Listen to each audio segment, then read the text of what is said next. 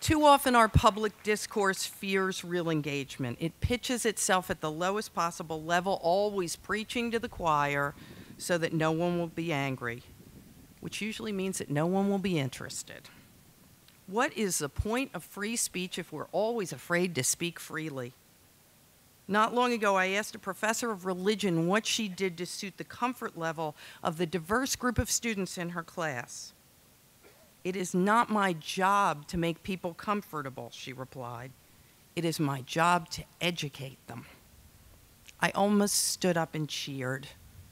If we fear competing viewpoints, if we fail to state the unpopular, or to allow the unpopular or even the unacceptable to be heard because of some sense of plain vanilla civility, it's not civility at all.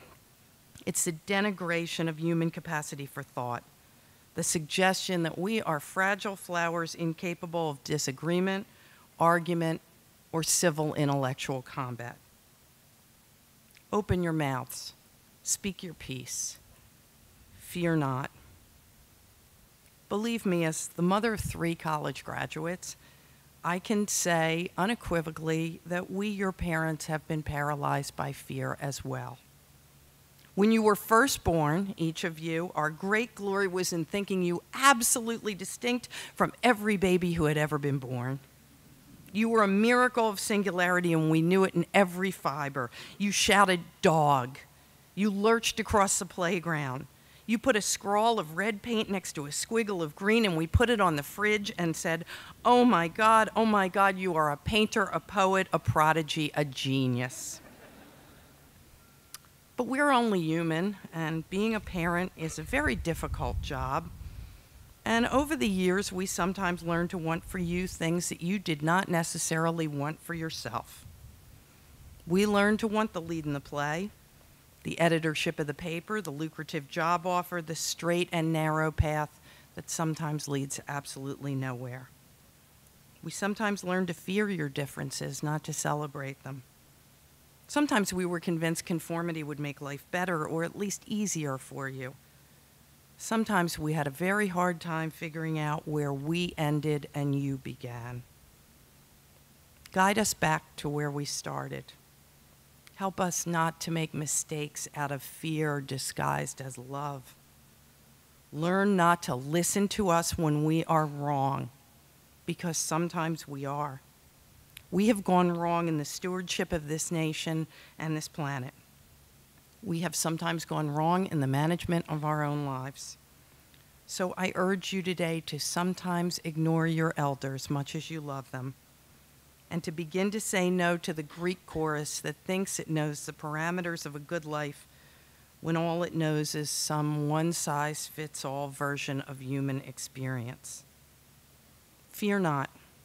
You can do this. Your generation should be the model for my generation because you totally rock. You're more philanthropic, more tolerant, more balanced, and open-minded than any in living history. You have showed us the way. Don't let us talk you out of that. Think back. Think back to first grade when you could still hear the sound of your own voice in your head, when you were too young, too unformed, too fantastic to understand that you were supposed to take on the protective coloration of the expectations of those around you, when you were absolutely, certainly, unapologetically yourself, when you were not afraid of anything.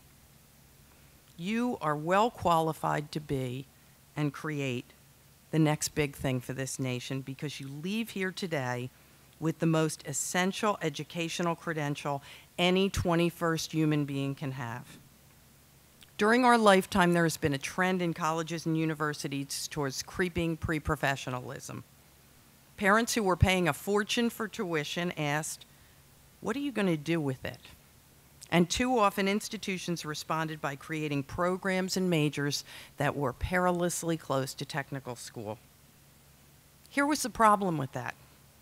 Necessary skills have shifted so quickly during our lifetime that technical skills were overridden by technology.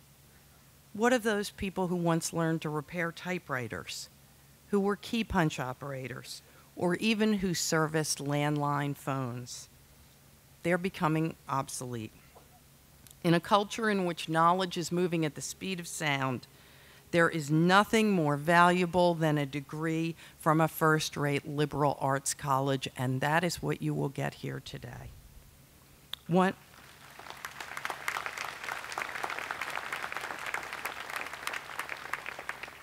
estimate is that the average American will have 7 to 10 jobs during her lifetime. If you can bring critical thinking, which is the basis of all you've learned here, to the table, you will be ready for work no matter what that work may be.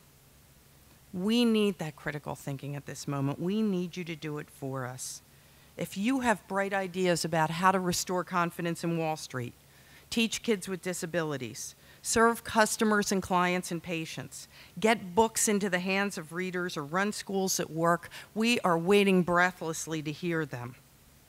We need all that and so much more. We need you to make this a fairer place, a more unified nation, a country that wipes out the bright lines that have created an apartheid too long denied.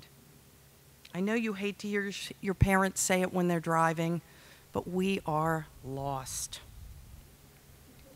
You owe this country your best efforts. You're lucky people.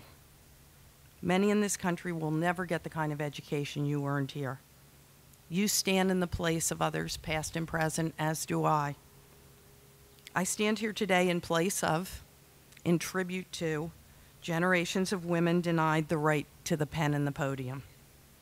Some of you are here in lieu of parents or grandparents who couldn't afford college, much less a college like this one. Being the lucky one confers great responsibility and even moral obligation. But it's not simply the obligation to live an examined life, to embrace each moment as though it might be the last.